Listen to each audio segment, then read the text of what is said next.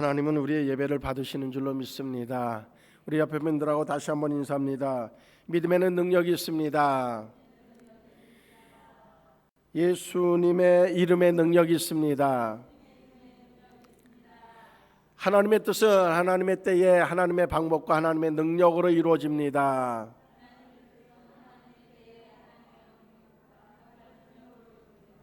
아멘. 그 사실을 저도 믿고 우리 모두도 믿는 줄로 믿습니다. 오늘 본문의 말씀을 제가 쉬운 성경으로 다시 한번 읽어드리면 이렇게 쉬운 성경에서는 이야기하고 있어요. 내가 바라고 또 바라는 것은 어떠한 상황에서도 그리스도를 배신하지 않는 것입니다. 지금처럼 항상 용기를 가지고 살든지 죽든지 그리스도를 높이기 원합니다. 나는 그리스도를 위해 사는데 목적을 두고 있기 때문에 죽는 것도 내게는 유익합니다 라고 하는 고백입니다. 바울은 자기가 바라는 것이 있다는 거예요. 그게 뭔가 하면 어떤 상황이 와도 그리스도를 배신하지 않는 것이라고 하는 거죠. 지금처럼 그가 정말로 목숨을 걸고 그리고 옥에 갇히고 매를 맞고 그런 상황에도 역시 그에게 담대하게 복음을 전하는 그것은 중단되지 않았어요. 약하지 않았어요. 그래서 그는 그렇게 얘기합니다. 지금처럼 항상 용기를 가지고 살든지 죽든지 그리스도를 높이기 원한다는 거예요. 나는 그리스도를 위해서 사는데 삶의 목적을 두었다. 그렇기 때문에 죽는 것도 내게 유익하다.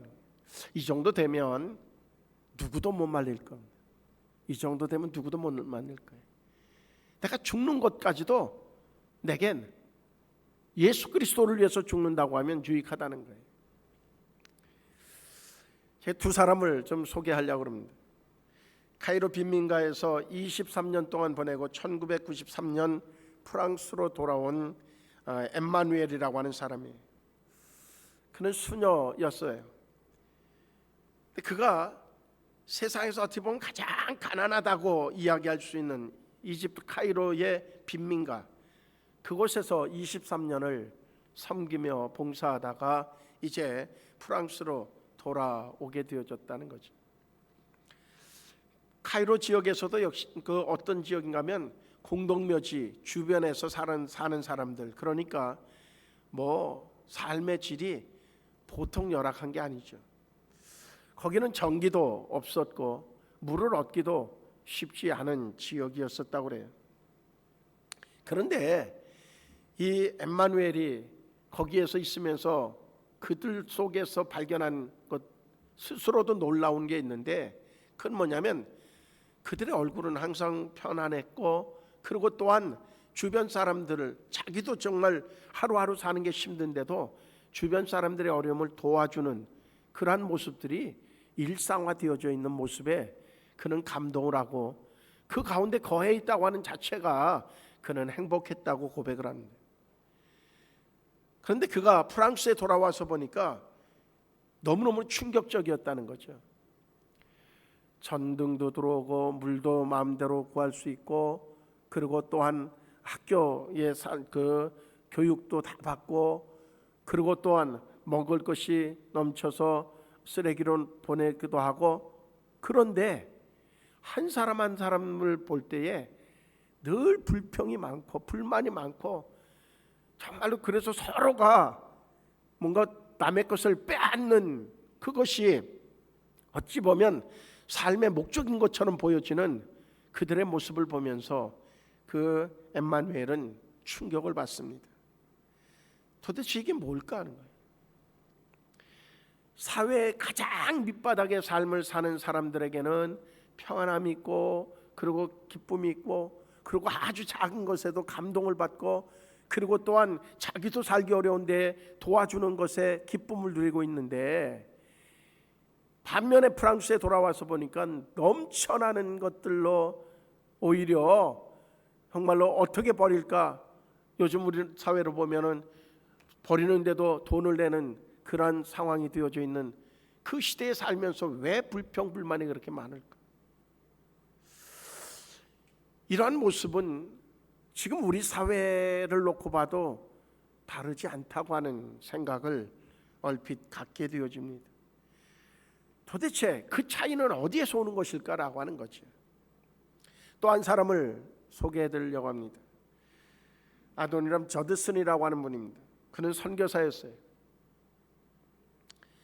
그 저드슨은 시대를 초월해서 모든 사람들에게 감동을 준 선교사로 그렇게 이제 알려져 있습니다.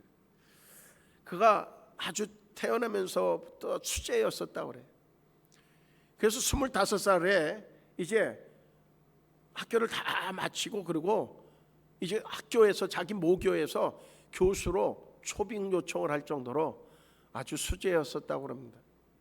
그런가 하면 그 보스턴에 있는 큰 교회에서 그를 담임으로 초청을 할 정도로 그는 많은 사람들에게 아주 탁월한 사람으로 알려져 있어요.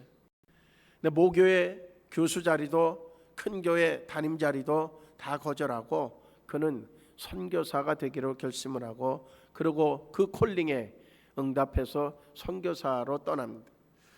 근데 그 떠나는데도 아주 열악한 인도로 가는 배를 타게 되어져요. 인도에 도착해서 얼마 되지 않아서 선교사라고 하는 이유 때문에 그는 추방을 당하게 되어집니다. 그래서 다시 배를 타고 이제 이틀 전에 지진이 난 미얀마로 가게 되어집니다. 근데 항해 도중에 그 아내가 임신을 했었는데 유산을 하는 어려움을 만나게 되어져요. 그래서 랑곤에 도착을 했을 때는 이제 들것에 실려서 내릴 정도로 그의 아내가 아주 그 고통에 육신의 연약함을 경험하기도 합니다. 그것에서 저드슨 부부는 복음을 아주 열정적으로 전해요. 그러다가 둘째 아이를 이제 낳게 되어지니까 얼마나 감사하겠어요. 나날이 행복하죠. 그런데 얼마 지나지 않아서 그 아이가 열병으로 죽음을 만나게 되어집니다.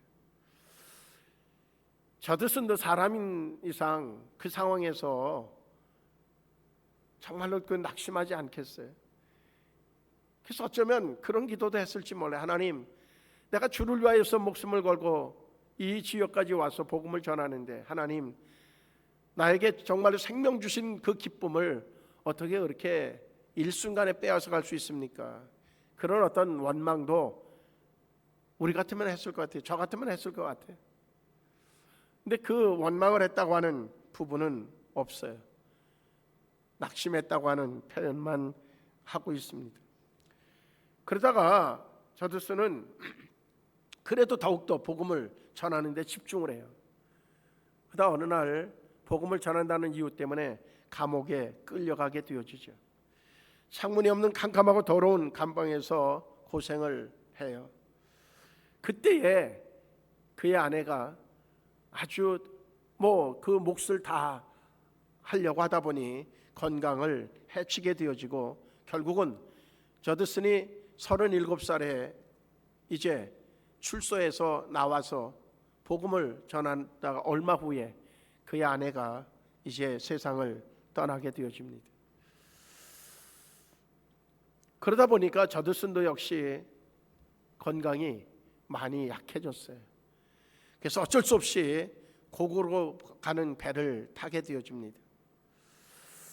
그런데 고국에 도착하기도 전에 배에서 그는 하나님 나라로 이제 이동하게 되어져요. 그 상황을 저드슨을 이렇게 보면서 우리는 이렇게 얘기할 수 있습니다. 모교에서 교수직으로 오라고 할 때에 갔으면 편안하게 살았고 그리고 행복한 가정을 이루고 자녀들도 역시 건강한 모습으로 키울 수 있었고 그리고 자신도 죽지 않았을 터인데 그거 아니라고 해도 큰 교회에서 담임 목사로 오라고 했을 때 갔으면 그의 삶은 달라지지 않았겠는가, 그런 아쉬움을 이야기할 수 있을 겁니다. 그런데 그는 세상에 주어져 있는 그 복을 다 포기하고 불교 국가인 미얀마에서 최초로 성경을 만드는 그러한 일에 집중하고 복음을 전하다가 그는 고국 땅을 밟지 못하고 다 죽음을 당하게 되는 그런 상황을 바라보면서 우리는 또 다른 이런 생각도 할 수 있지 않을까 하는 겁니다. 그가 선택의 잘못으로 인하여서 인생을 허망한 죽음으로 끝난 이가 아니라 그의 그 수고로운 정말 미얀마의 언어로 성경을 번역한 그것으로 인하여서 1850년의 그 한 수고의 대가로 그는 죽음을 당했지만 그러나 100년 후 그로 인하여서 교인들이 20만 명이 넘는 그러한 예수 믿는 자가 생겨졌다고 하는 것, 그것을 놓고 본다고 하면, 그리고 그 부부의 이야기가 계속적으로 전달되어지고 그를 닮아가는 수많은 사람들이 생겨졌다고 하는 이야기를 놓고 볼 때에 과연 그는 실패한 인생일까 하는 겁니다. 우리는 어느 것을 성공이라고 얘기하고 있고 할 수 있고 어느 것을 실패라고 얘기할까 하는 겁니다. 그저 삶의 의미를, 많은 것들을 남의 것을 빼앗아서라도 내 것으로 삼아서 배부르고 그리고 등 따스면 그것이 성공한 삶이라고 얘기할 수 있느냐는 겁니다. 그렇다고 해서 다 우리는 고통을 감내하고 그리고 또 그것을 선택해서 어려움을 당할 이유는 없습니다. 왜 그런가 하면 목적이 어디 있느냐가 중요한 것이지 그것이 지금 삶이 어떠냐라고 하는 것은 의미가 없다고 하는 얘기를 하고 싶은 거예요. 우리는 이 즈음에서 오늘 본문에 바울의 얘기를 다시 한번 생각해 봅니다. 바울에게 소원이 있었습니다. 그것은 어떤 상황을 만나든 간에 그것으로 인하여서 예수님을 부인하는 그러한 배반하는 일은 하지 않겠다고 하는 그러한 고백이었습니다. 그래서 그가 이제는 정말 온전함으로 열정으로 그 안에 있는 그리스도를 존귀하게 하는 그 일에 그는 삶을 드리고 싶다는 거죠.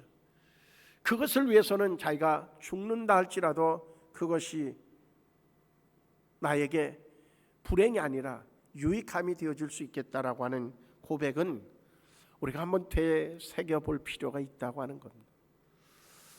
우리는 자기소개를 할 때 이렇게 소개할 때가 있습니다.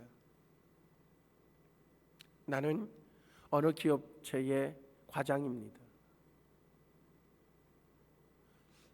그것이 그 사람이겠는가 하는 것. 과장이라고 하는 것, 그것은 어느 대기업의 과장이라고 하는 것은 어느 살아가면서 쌓아놓은 스펙일 뿐이지 그게 그 사람은 아니라고 하는 거죠. 때로 우리는 그렇게 이야기할 수 있어요. 나는 살아가다가 이런 실패를 경험했고 그래서 나는 지금 상당히 어려운 실패자입니다. 그 실패자라고 하는 그 얘기가 그 사람을 얘기하는 것도 아닐 거라고 하는 거죠. 과연 우리는 나를 소개할 때에 누구라고 소개하느냐는 거죠. 나는 누구이기를 원하는가 하는 거죠. 바울은 철저하게 고백합니다.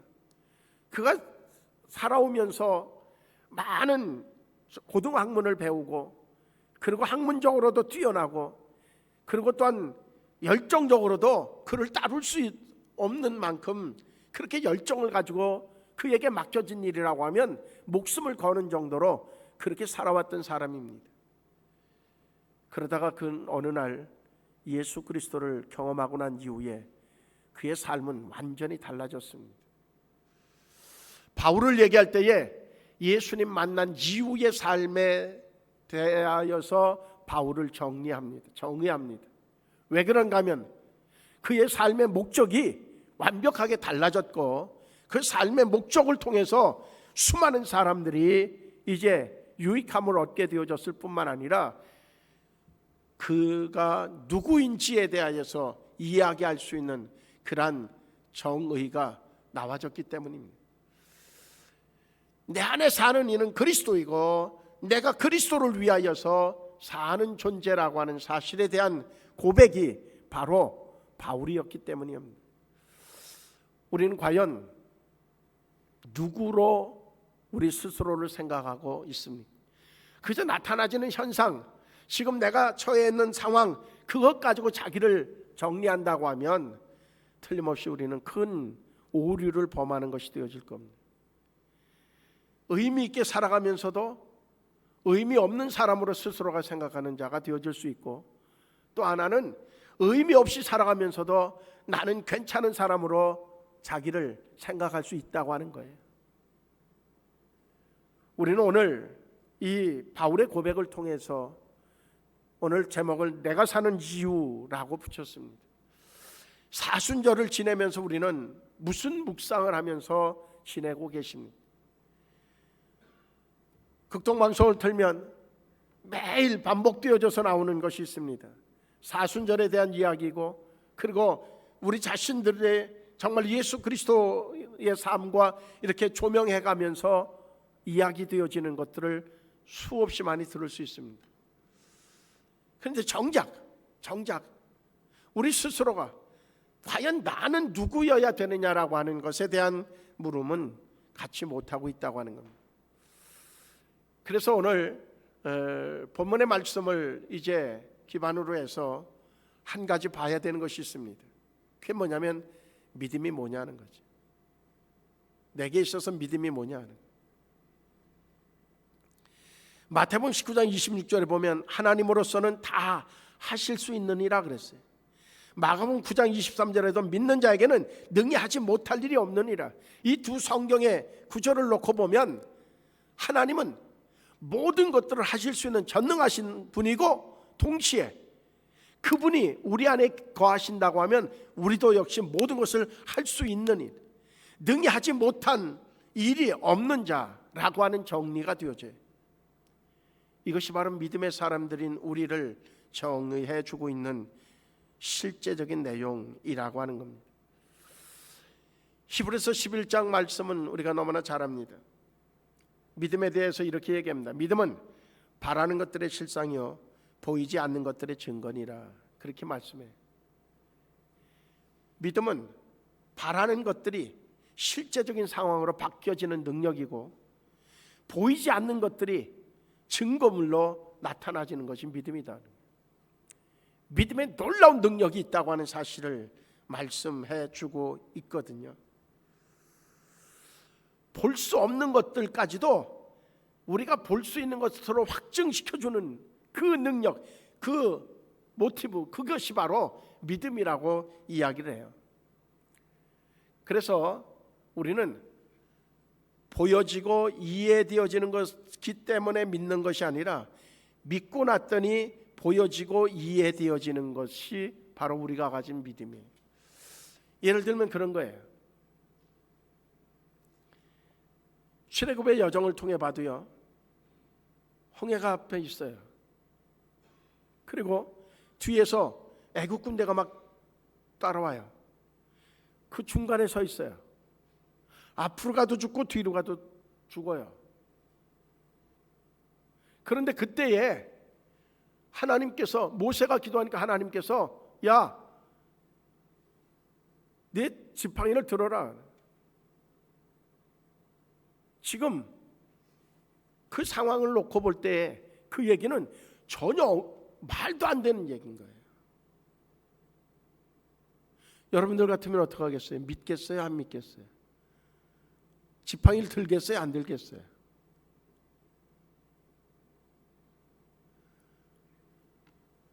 논리적으로 보면 지팡이를 드는 순간 바보 되는 거예요. 그렇잖아요?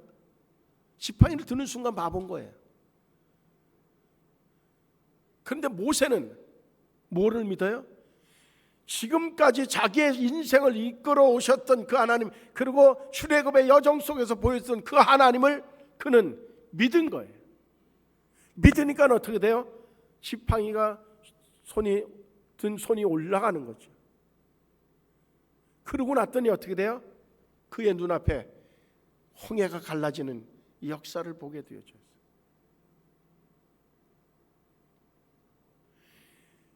성경을 가만히 읽어보면요, 수많은 기적의 사건들이 나오잖아요. 근데 그 기적의 사건들을 이루기 전에 하나님께서 주시는 말씀은 전혀 현실성이 없어요. 그런데 어떻게 돼요? 논리성이 없으니까 나는 못하겠다 그러면 그냥 아프면 아픈 대로, 죽으면 죽는 대로, 망하면 망하는 대로 있는 거예요. 가난의 기근 속에서 그저 엘리사가 그릇들 다 빌려다가 그러고서 골방에 들어가서 그러고선 부으라고 할 때에 이게 도대체 무슨 현실성이 있어요? 전혀 안 되는 얘기죠. 안 합니다. 이거 지금 내가 지금 저희 잔치 벌리느라고 그릇이 필요하니까 빌려달라고 주변에 얘기하면 아이고 그러니까 가져가라고 그러지만 지금 먹고 죽을 것이 없어서 이제 죽게 되어지는 상황에서 그릇 빌리러 가면 당신 미쳤냐고 얘기하지, 지금 누가 그 그릇을 제정신 가졌다고 빌려주겠습니까? 못합니다. 그럼 죽었을 거예요. 근데 믿으니까 기름 한 병 가지고 붓고 그래도 그릇에 다 찰 때까지 기름병에 기름이 마르지 않았다는 거예요.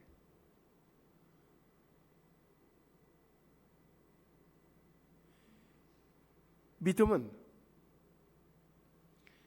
이해가 되어지고 보여지기 때문에 믿는 게 아니라 믿으니까는 이해될 수 있는 상황이 펼쳐지고 그리고 보여지게 되는 것이. 세상 사람들은 그 얘기 속에 동의할 수가 없는 거죠.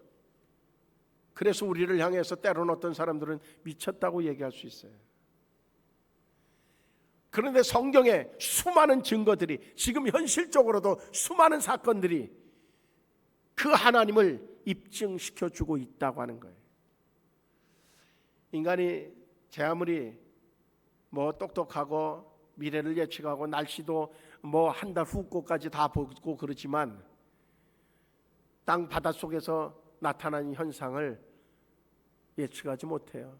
근데 그 정도일 거라고 생각하지 못해요.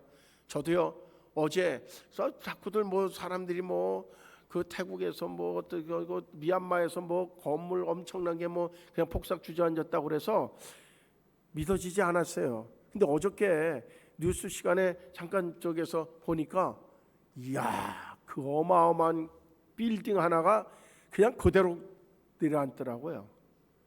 그러니 그 안에 있었던 사람들 어떻게 살아날 수 있겠어요? 태국 그 수도에 가면, 방콕인가요? 가면 진짜 빌딩들이 어마어마해요. 그 빌딩이 야, 어떻게 감당할 수 있겠어요? 경상도에 불이 나는데 요즘 첨단 그런 시설을 갖춘 우리나라가 그거 하나 못 잡느냐고 막 불만을 토로하지만 바람이 몰아치고 그 불이 날아다니는데 어떻게 할 수 있겠어요? 저는 제 마음속에 그런 생각을 했어요. 하나님, 더도 말고 덜도 말고요, 10분만 하늘 문을 여시고요, 비 좀 쏟아 부어주세요. 10분이면 해결될 것 같습니다. 근데 기도가 좀 약해서 그런지 조금 오다 말았어요.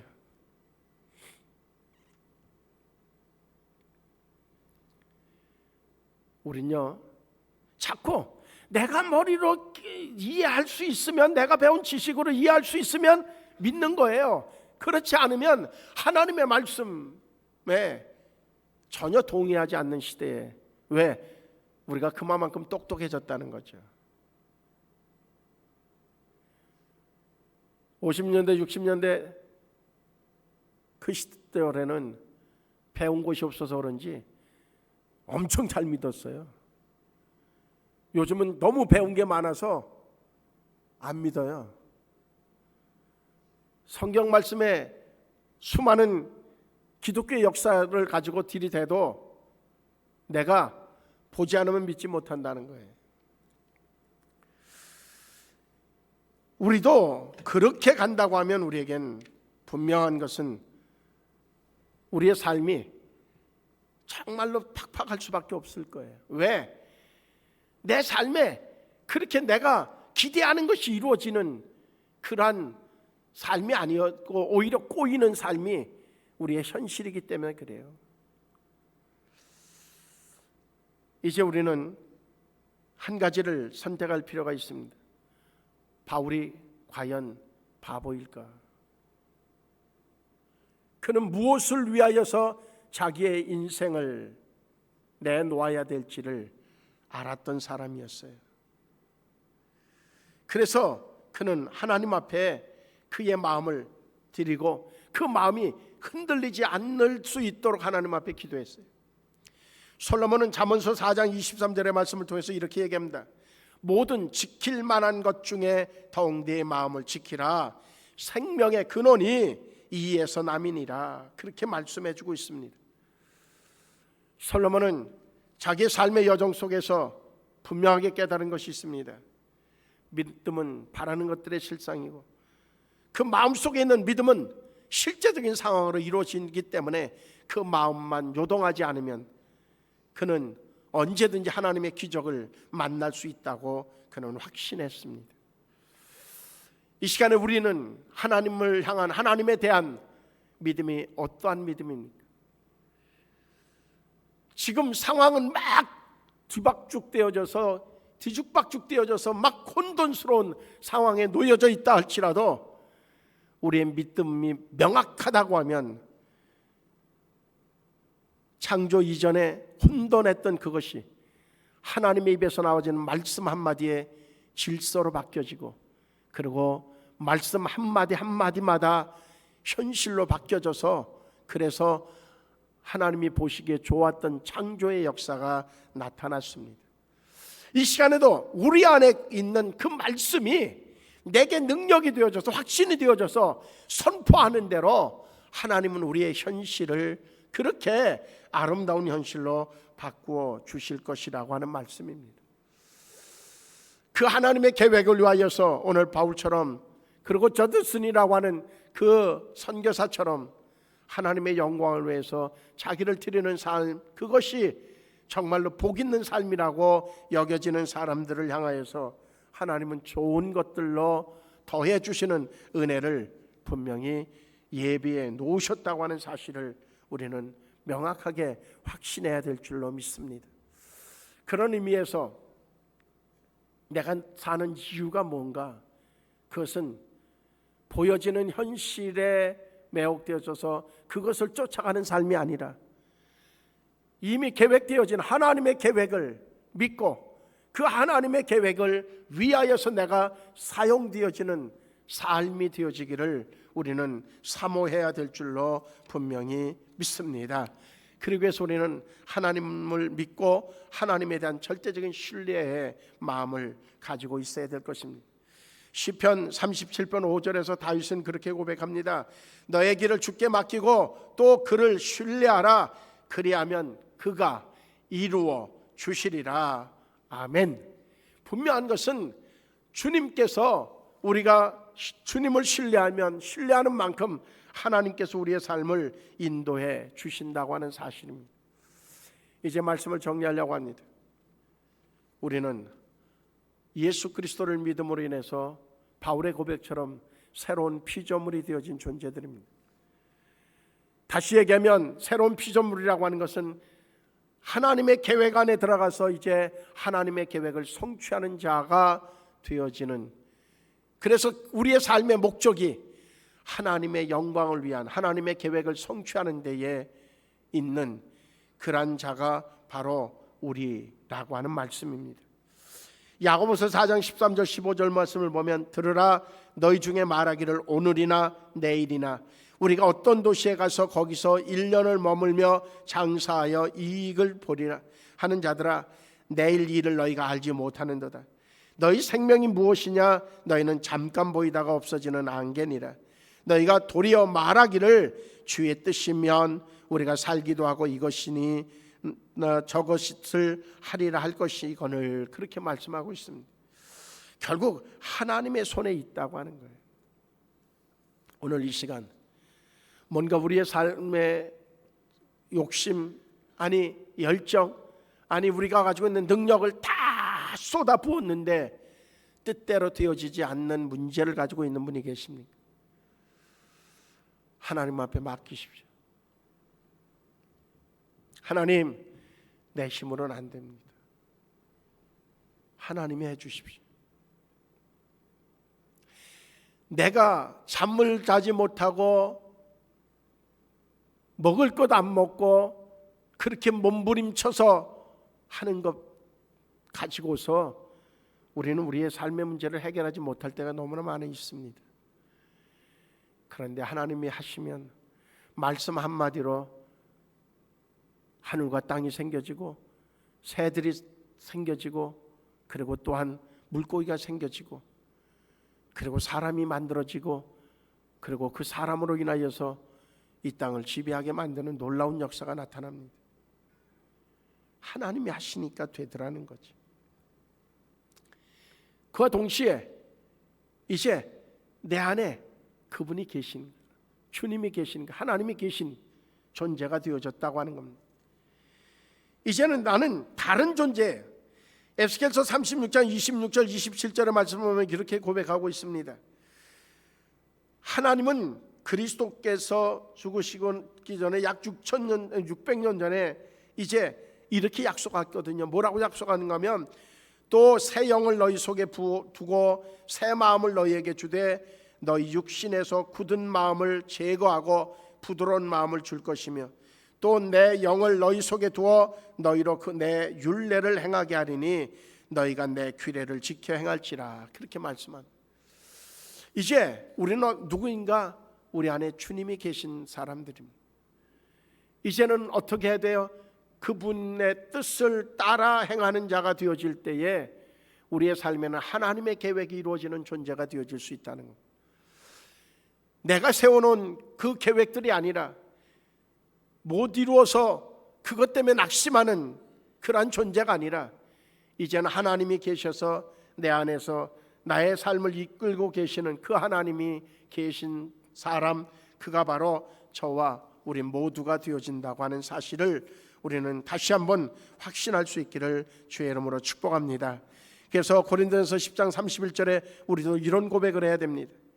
그런즉 너희가 먹든지 마시든지 무엇을 하든지 다 하나님의 영광을 위하여 하라 하는 말씀을 바울이 하고 있고, 바울은 그렇게 정말 그 말씀을 이제 실천하는 자가 되어져 있다고 하는 사실입니다. 이제 예화 하나를 드리고 말씀을 마치려고 합니다. 어느 아버지가 학교를 졸업하는 딸을 이렇게 바라보면서 자기가 가지고 있었던 차, 이제 뭐 대학교 졸업생이었던 것 같아요. 이제 대학을 졸업하니까 아무래도 사회활동을 하려면 차가 필요할 텐데, 그래서 아버지가 자기가 지금까지 애지중지하면서 타고 다녔던 그 차를 이렇게 키를 주면서 딸에게 이렇게 얘기합니다. 졸업을 축하한다. 나는 오래전에 이 날을 위해서 차를 사두었단다. 이제 내가 그 차를 너에게 주기를 원한다는 거야. 그런데 한 가지 너에게 부탁이 있다. 그 부탁은 뭔가 하면 너에게 줘서 네가 이제 가지고 다니기 전에 먼저 첫 번째 내가 좀 확인해 주면 좋을 사항이 있다. 그건 다른 것이 아니라 중고차 가게에 가가지고 그 딜러들에게 이 차종 그리고 연식 그리고 지금 상태를 보여주고 그리고 이거 얼마 줄 거냐고 묻고 와라. 그러니까 딸이 뭐 어렵지 않은 거잖아요. 그래서 딜러를 하나 불러가지고 차를 다 보여주면서 그러면서 이거 얼마 주실래요? 그랬더니 1,000만 원을 준다는 거예요. 자기 아버지한테 와서 얘기합니다. 딜러에게 물어봤더니 1,000만 원 준대요. 그래? 이번에는 그러면 네가 수고스럽지만 한 군데 더 갔다 오면 좋겠다. 어디예요? 전당포에 가봐라. 전당포에서 가서 그 얘기했더니 다 그 살펴보더니 이 차는 오래됐고 고쳐야 될 부분도 많으니까 100만 원 주겠다 그러는 거예요. 중고차 딜러는 1,000만 원 준다 그러는데 전당포에서는 100만 원뿐이 안 준다네. 아버지한테 와서 얘기해. 아버지, 전당포에 갔더니 터무니없이 100만 원 준대요. 고칠 때도 많고. 그래, 정말 미안한데 너 한 군데만 더 가라. 어디요? 그랬더니 차를 정말 아끼고 사랑하는 그 동호회가 있는데 그 동호회에 가서 한번 그거 가입하고, 그리고 그 사람들에게, 동호회에 있는 사람들에게 차를 한번 보여줘라. 근데 아버지가 시키는 대로 이 딸이 참 착한 것 같아. 그러죠 뭐. 동호회에 가입해서 동호회 회원들한테 자기 아빠 차를 보여줬어요. 동호회 회원들이 막 환호성을 치면, 이야, 이거 정말 오래되고 정말 귀한 차인데 이걸 어떻게 저기서 너네 아빠가 이걸 아직도 보관하고 있냐? 이거 얼마 가치가 있어요? 그랬더니 1억은 돼. 이 딸이 참 순간적으로 복잡한 거예요, 생각이. 중고차 딜러에 갔더니 1,000만 원 준다 그랬는데 전당포에서는 100만 원 준다 그러고 동호회에 갔더니 1억을 준다는 거예요. 그때 아버지가 그 혼돈스러운 딸에게 이런 얘기를 해줍니다. 딸아, 나는 내가 올바른 장소에 있지 않으면 아무 가치도 없다는 것을 알려주고 싶었단다. 만약 내가 어디서 인정받지 못한다 하더라도 화내거나 속상해할 필요는 없다. 그저 잘못된 장소에 있었다는 것을 의미하는 것뿐이니까. 아무도 너의 가치를 알아주지 못하는 곳에 가서 머물지 말거라. 너의 가치를 알고 어디에서 가치를 평가해 줄지를 생각하고 그곳에 가 있으면 너는 너의 가치를 인정받고 내가 삶이 행복해질 수 있단다. 우리는 우리의 가치를 인정해주는 주님 앞에 와 있는 사람들. 하나님은 우리를 어떻게 봐요? 온 천하보다도 귀하다고 보셔요. 그런데 그냥 놔두면 또 마귀 사탄에게 이끌리고 이렇게 저렇게 넘어질까 염려스러워서 성령님을 우리 안에 보내주셔서 우리를 이제 우리의 인생을 인도하시는 분이에요. 왜? 그만큼 우리가 가치 있는 존재이기 때문에. 그런데 왜 1,000만 원뿐이 안 주는 중고차 딜러에게 가서 그 차를 맡기려고 그래요? 왜 100만 원뿐이 안 주는 전당포 주인에게 가서 맡기려고 그러느냐 말이에요. 이제 우리의 삶의 가치는 하나님이 정해놓으셨습니다. 그 가치 있는 삶을 우리가 살아내면 되는 거예요.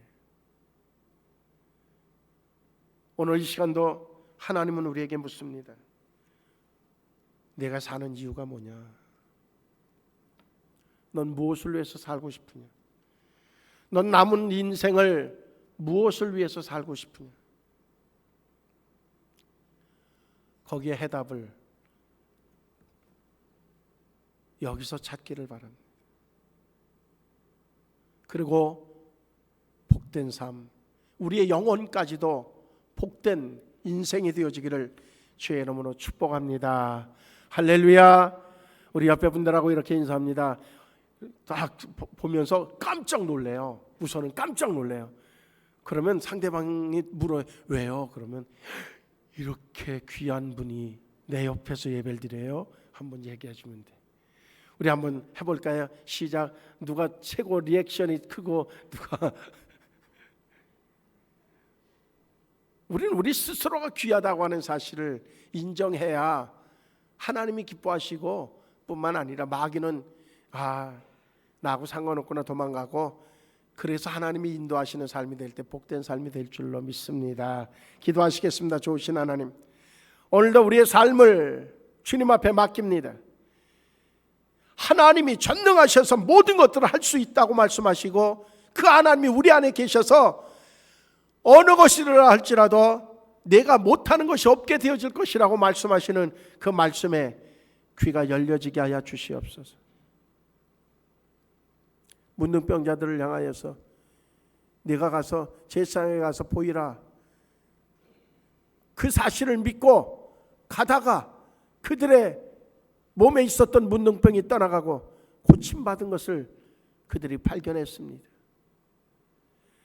하나님의 말씀의 능력이 있음을 우리가 믿게 하여 주시고 그 말씀대로 확신하고 순종할 때에 우리의 삶의 기적을 허락하여 주시고 경험케 하여 주시옵소서. 예수님의 이름으로 기도하옵나이다. 아멘.